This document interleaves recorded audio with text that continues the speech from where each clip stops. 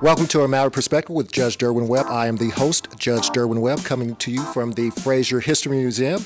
I am pleased to have my friend on the show today, Miss Marta Miranda Straub. Miss Straub, how are you today? I am well, Judge. Thank you so much for inviting me to join you this afternoon. Well, the pleasure is mine. Believe me, I've been wanting to have you on the show, and I'm glad that we could work it out on our schedule so we could be here today. Yes. Because you have a lot to bring to the show. But I want to read something to you. I was awake in the middle of the night, and I got an alert on my phone, and I looked at it, and I read it. It said, Marta Miranda Straub has been named the new commissioner of the Kentucky Cabinet for Health and Family Services Department for Community-Based Services, DCBS. And I thought to myself, what is she doing? What made you decide to go into a position like this? You know, and don't get me wrong, it's a great position. You're the perfect person for this. I'm just curious because you were retired. Yes. Okay, yes. So tell me what went into that thought process. What happened about that process? I did retire from the Center for Women and Families and relaunched my consulting practice. So I was eating a lot of bonbons in my fluffies. I was doing, organizational development, diversity and inclusion training. I wrote my memoir, started to do some book signings and book readings. Beautiful. Started to plan to move to the beach and write some more. And then the governor won, and I really, really respect and like the governor, and also really respect Eric Friedlander. Mm-hmm. And we had conversations about me running DCBS at that time. Mm-hmm. And I thought about it and prayed about it and decided that it was not a right fit for me, that it was a U-turn from where I was going. It was my 45th year in the field, and I certainly didn't want another feather in my cap. I was on my way to get a coral in my hair, And then 4 months later, COVID had happened, mm-hmm. and the largest civil rights in our history has happened. Mm-hmm. And the governor became a lion. This man that I've known and seen, it has been an incredible advocate for survivors and really respected, really became a very bold leader and a very courageous leader into making some very tough decisions. Right. A crisis, I believe, and I've learned that a crisis not only lets you know your character, it lets you know other people's character. Absolutely. And I would listen to him on those briefings and kind of regret that I had said no. Mm-hmm. And then Secretary Friedlander went from being temporary to being permanent, and he's actually my boss. Mm-hmm. I just thought, I'm sorry that I didn't do that. I wanted to help. And given my age and being immune compromised, there wasn't a lot that I could do outside because of the pandemic.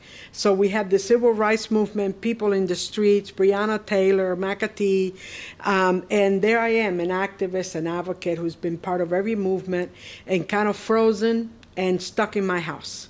Mm-hmm.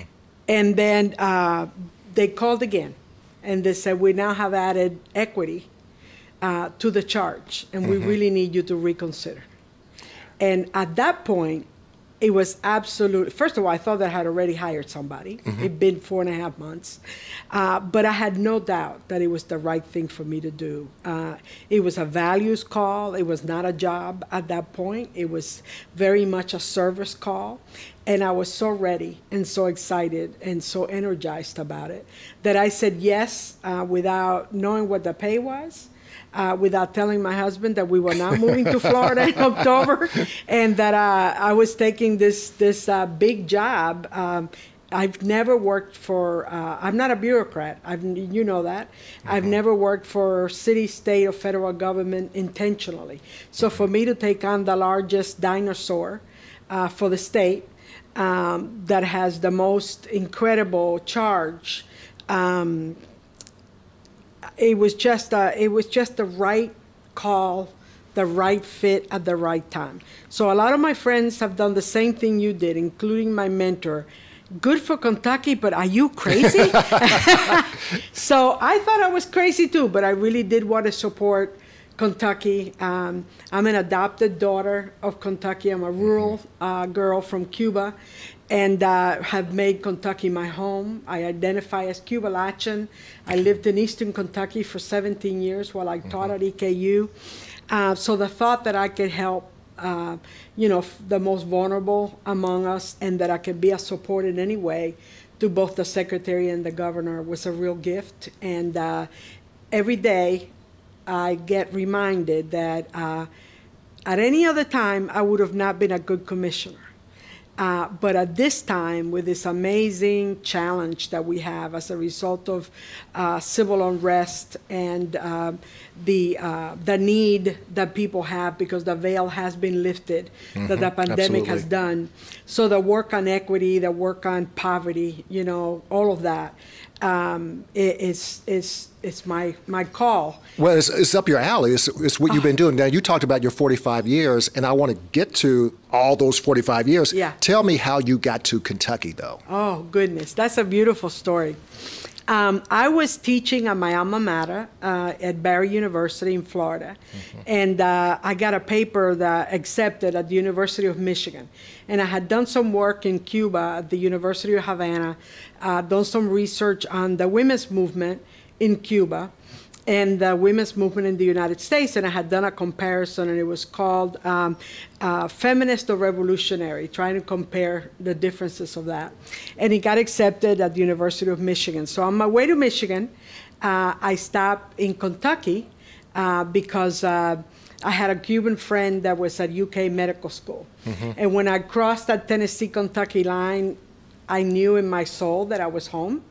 I have a story in my my memoir called "I'm Being Brown in the South," and if we have time, I'll read you that. But I fell in love with the land. I fell in love with its people.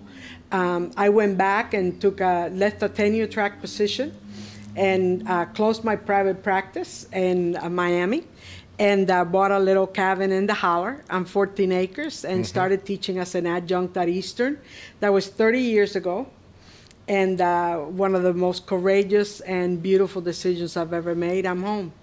So you were at Eastern Kentucky for a while. 17 years. 17 years. And at that point, that's when you made your leap to the center. Is that correct? Right. I had been at Eastern 17 years, and I had about 8 years to retirement. And the position, Denise Trotman had resigned, and they made a national search for the CEO of the center. And that's where I met you. That's right. Yes. That's so early on. Right. Early on we met because of your family court involvement and involvement with the center. And I put in my resume because the only thing left for me at EKU was to be a full-time dean, put a fork in my eye. That's not me. I love the students, but I've been there 17 years. So I didn't hear from them. And 6 months later, they called me, and they, I had hundreds of interviews, and I was hired. And it was the challenge of my career. Well, talk about that challenge because that is a position that I know the current CEO right now. Yeah. I'm actually on the board, so obviously I have great faith in the organization. It's because of the organization that you built. Right. So I'm there primarily because you were there first, and you introduced me to all the work for CWF. So, but tell me about some of the things that you endured while you were there. Yeah, well, running a 24/7 domestic violence shelter, a sexual assault clinic in 7 counties in Kentucky and 2 counties in Indiana is a challenge. You have folks who, as you know, get killed. You have folks who we help for a little bit and they go back. We have more kids living with us than we do adults because somebody comes with 1, 2, 3, or 4 kids. So that work is very challenging. Everything that we do at the center is free. We do not charge any survivor for their services. So you have to raise every penny to just turn on the lights and feed people.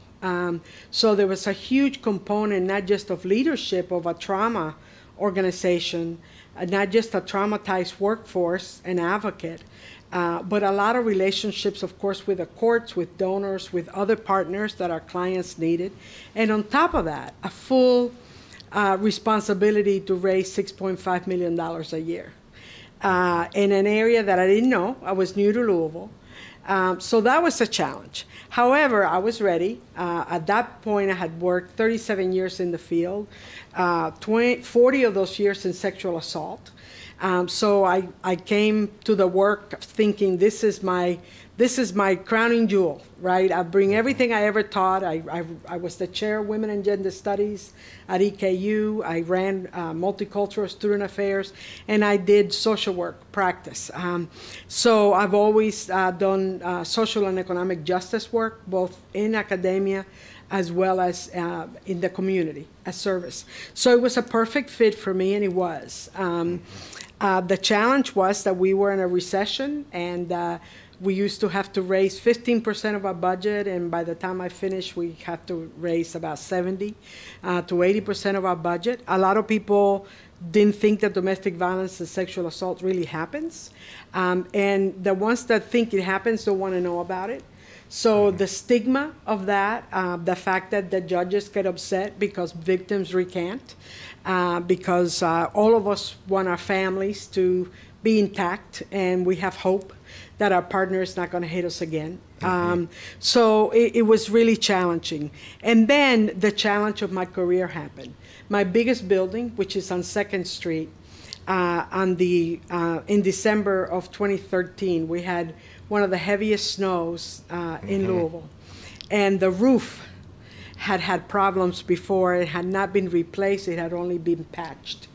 To make a very tragic story short, water started coming into our shelter and our building.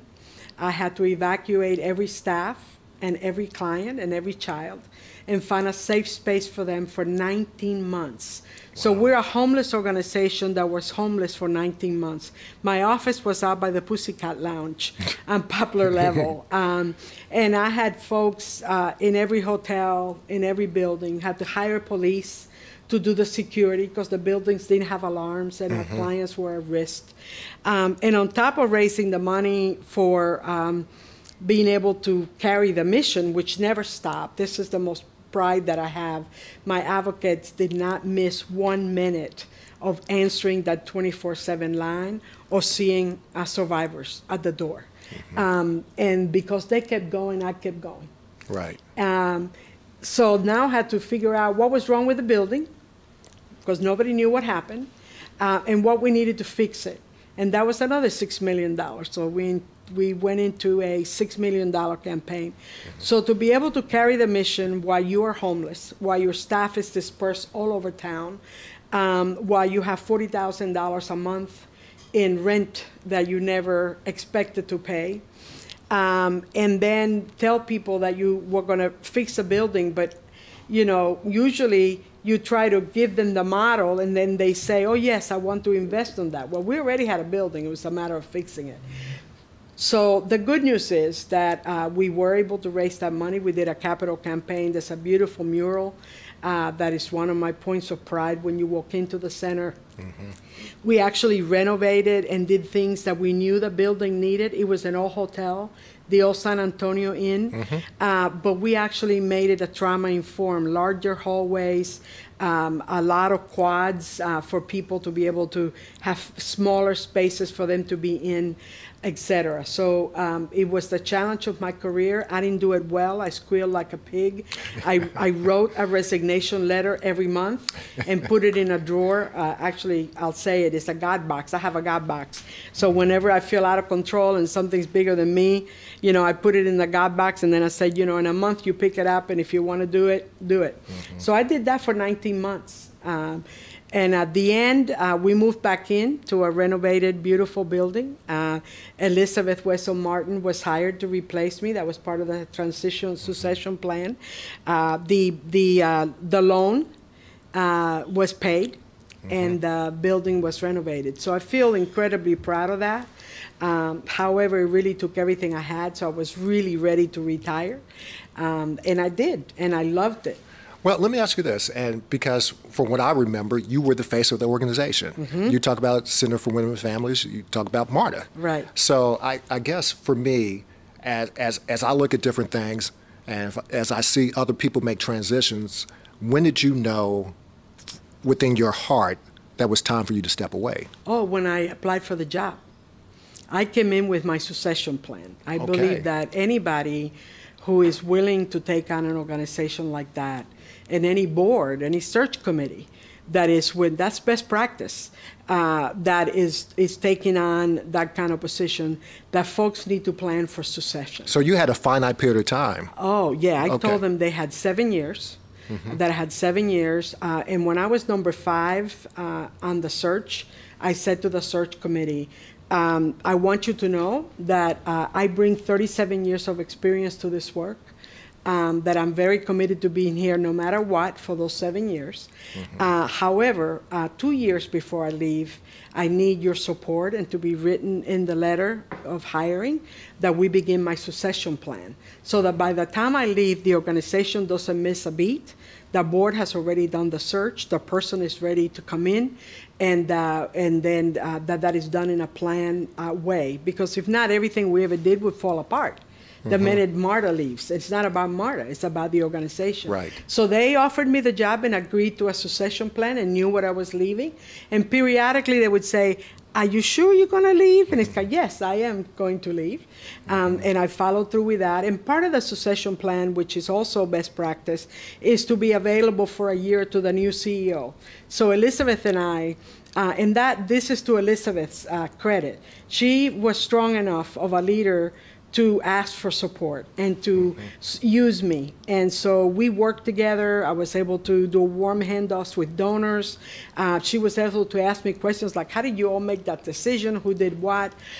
So I was available totally on her call for her to reach out to me whenever she needed for that year. And she did, and we worked together for a year. And we still, I mean, we're friends. We talk to each other. We support each other. When I'm worried about the center or something I hear, I call her in the same way. And that's how successions should be. And of course, I left the minute she walked in the door. I worked with her for a year, and my practice on Frankfort Avenue, I wasn't at the center, so that she could lead and fly, but that she knew she had my support and my organizational memory to support her. Because the last job of a good CEO is to make sure the new CEO is successful. So you decide to leave and you retire for 5 minutes. I know. I had a big party. I had a big conga line. I loved it. It was wonderful. I was ready, and I knew I had 2 goals. One, to get a mermaid tattoo, because they say dress for the job you want, not the job you have. And my next job was a mermaid on the beach, mermaid author on the beach. And the second was to write my memoir, which I did, Cradled by Skeletons. So I spent a year and a half writing my memoir, had a book launch that December, before COVID, started to do some readings nationally, was working about 20, 25 hours a week, working with Metro United Way, was talking on an Ogden. I worked with the Junior League, with the Backside Learning Center, just doing organizational consulting, team building, diversity and inclusion work, working with boards, strategic planning, that kind of stuff that I love, but doing nothing clinical. I was done with trauma. I was done with people needing help. So I did that for 2.5 years, and then the pandemic happened. Okay, let's talk about the pandemic. Yeah, what that pandemic did, the combination of the pandemic and the Black Lives Matter and the violence in Louisville for me were transformational. One, I was able to have 2.5 months to rest. And I didn't realize how tired my bones were. And so I did really well. I cooked, I took naps, I read. It was wonderful. And then I kept seeing the violence, and I kept seeing the young people on the street. And I started to have my heart broken because I couldn't be there. Other than helping to bail people out of jail or bring water to the Elise Center, I wasn't safe to do that. And I put in my God box, I said, please help me to see what my role in this movement is now that I can pound the podiums and be on the street. And a week later, the secretary and the governor offered me a second opportunity to say yes as the commissioner for DCBS. Let me ask you this question. Where are we as a community right now? Obviously, we're both in Louisville. We see what has happened during the pandemic about the racial unrest, what the pandemic has actually shown us. What is Louisville, in your opinion? Who are we now, in your opinion? Well, I think that that's the question. We've had a very good identity as a compassionate city, as a progressive city, as a place where young people can come and thrive, entrepreneurs can do that, where LGBTQ people can be free to be themselves. So we've had the arts, and we've had just a real image and bubble of how progressive we are and how different we are from the rest of Kentucky. Mm-hmm. And then Breonna Taylor happened. And our leaders went on the bunker and did not respond as I expected them to respond. Did not have, I don't believe, the appropriate response to the community. And you can see the everyday discourse that has been going on in the streets. And the lack of responsiveness around police brutality, the kind of inflation of egos by our Attorney General, the lack of responsibility that he has taken in regards to this case. And the city council and the mayor really, I don't believe, have done what they've needed to do. They have been informed, they have been talked to, and there has been no action in regards to what kind of city do we want to be. The first action, I've seen two actions that I feel hopeful about, other than what people are doing on the street. I'm very proud of that. Mm-hmm. But two things. One, the fact that Yvette Gentry was named interim police mm-hmm. chief as an opportunity to heal while this community chooses their next chief of police. And I have incredible trust in her. And I think the community knows that her heart is in the right place. And the second one is that I just heard Mayor Fisher declare racism a public health issue. Mm-hmm. I wish that we would have done that 8 months ago. I think we would have alleviated a lot of suffering. We now have to rethink how we do police. We have to rethink how we do our budget. Your budget is a moral document. I always say that to my staff. I say that to the legislature. Your budget tells you what your morality and values are. Mm-hmm. And right now, our morality and values is on police. And I love police. I've always needed and worked with police because we go on domestic violence run. They help my advocates. They help my clients. So it's not about police. It's about the kind of, I believe, irresponsible position we put police to do so much as opposed to just safeguard the safety of people. We expect them to be in school. We expect, and then they keep asking for money because they need it, and then they become their own kind of bubble. So I really think rethinking police, the whole piece with the settlement with Breonna Taylor's family about police officers being given stipends for housing to live in the neighborhoods that they will patrol, I think that would be transformational. Mm-hmm. Having people from the community choose their chief of police, beautiful. Mm-hmm. So I have hope and I have trust. I'm just sorry that there's been so much suffering before we've gotten here. And Louisville has been in the limelight nationally, so I've been really proud of that as well. Well, let me ask you this. You say you're hopeful. Based upon everything that's happened so far and based upon where we are today, how hopeful are you for a brighter future? Because I know that there are some challenges, but also with challenges that creates opportunities. What are the opportunities for us? Yeah.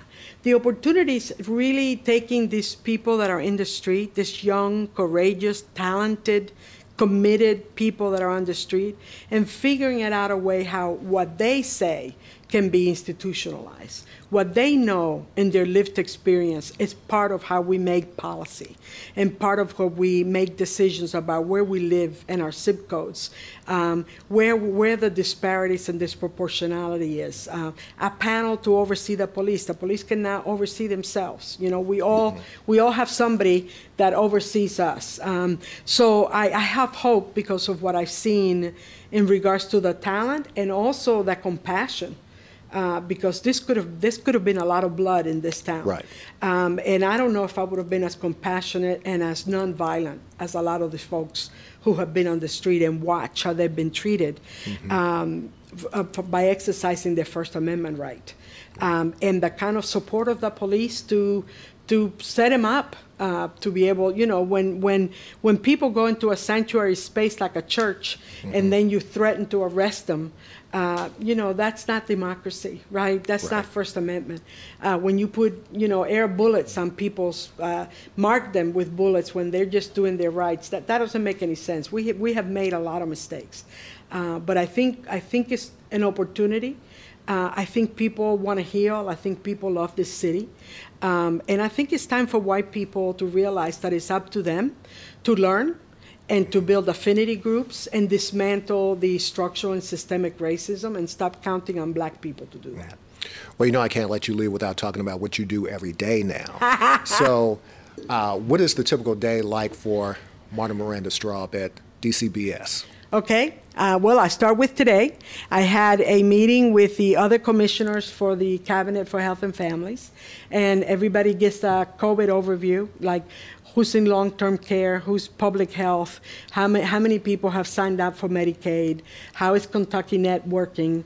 I talk about what we're doing at DCBS, how many folks we've been able to give those cards so that kids can eat, and those kinds of things. So any of those kinds of things, the vaccine and what the plan is, we have Dr. Stark on that, we have our secretary on that. And then I moved in and did a conversation with a very disgruntled advocate and 2 foster parents who really felt that the agency had not stood by them or supported them. So I took all their information and then reviewing that case. Then I had a meeting with one of our attorneys to ask for a cease and desist because some of my folks are in danger, and trying to create safety plans around that. What else did I do? Oh, I talked to a wonderful partner that does long-term care about how we can start getting kids out of long-term care, make a very, keep long-term care small and start moving into that secondary prevention with intensive outpatient, and beginning to have that model replicated nationally and what statewide and what that would take. Talked about with HR about how do we get administrative leave for when my workers have a critical incident. I just had a young man who'd been with us 3 months and had a client, went to his house, and the guy had a gun in a psychotic break, and this guy had to use his own sick leave to be able to take time when that should be on us. So really doing that. I did a virtual pumpkin latte and cookies with my frontline staff in Northern Kentucky to hear about what their ideas are for a 21st century DCBS and how they want involved in our pillars. My first pillar is equity, both racial and economic. The second is trauma, resilience, and engaged healing. The third is families, bio, youth, foster, kinship, etc. The fourth is health, the opioid crisis, mental health, and behavioral health. And the fifth is operations. What is our systemic disproportionality and disparity? How do we become a resilient organization? And then folks pick where they want to work and they become part of that strategic solution for building. And now what I have to do tomorrow is finalize trusted advisors groups, community partners, existing clients, and alumni clients to help us build a 21st century DCBS by telling us their aspiration, what's worked, what has not worked, so that we can develop a 18 months and then a 3-year strategic plan. So that was today. Good or bad, what has surprised you the most about this position? The amount of dedicated, smart, talented, committed people that work at the cabinet. I had this fantasy that this was a whole bunch of bureaucrats making decisions to keep their jobs. Not that there was that many people with their hearts and mind wanting to do good and really battling a lot of regulations, a lot of stigma, and a lot of feeble infrastructure to be able to do the work that they do without a lot of support, particularly my frontline workers. So I will, that's part of the Building Back Better. So that's been my biggest surprise. Final question. Where do you see this organization going? I see this organization going to a very nimble and responsive space as opposed to a very heavy brick and mortar organization, smaller space in the communities, whether it's the libraries or the health department or community partners, with a frontline staff that you will be able to see face to face, who then can move back and do virtual while they recover and recalibrate and do their research and do their reports. My dream is bougie boutiques staffed by DCVS superheroes. Well, I'll tell you this. Marta, I've been knowing you for a while. People call you the Cuban hurricane. Yes. Actually, my board wore that. When I retired, my board had buttons that say, "We survived the Cuban hurricane." Well, I would say this. I know that a lot of things that, especially the social workers, and you're over the social workers, it's a thankless job.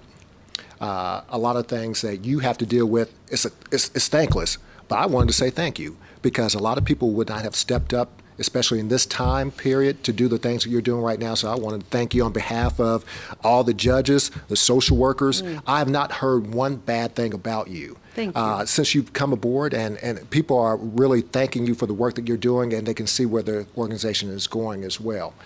So I want to thank you for being on this show. Thank you. I want to thank you for all that you're doing in the community, and I want to thank you for kind of taking me under your wing a little bit.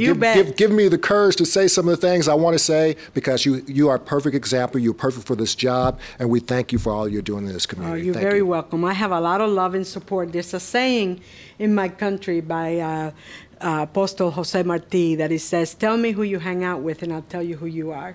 And when I look around and I see people like you and people like Eric Freelander and the secretary and the folks I work and my circle here in Louisville of advocates, I'm very proud of who I am, because my reflection is in all of you. Well, I tell you, once this pandemic is over, we're going to start hanging out a little bit more. We are going to hang out. We're going to hang out. And you let me know when you run again, because I sure love throwing that party for you. I appreciate it. It was my first attempt at, practicing my First Amendment right? Because I couldn't do any of that while I was running the center. Well, I appreciate you doing it for me, too. Yeah, I loved it. I loved doing it. Well, thank you for being here. Thank you. And thank you all for watching A Matter of Perspective. And once, like I always say, it's not a matter of what I say. It doesn't matter what you think. At the end of the day, it's all a matter of perspective. Thanks for joining us.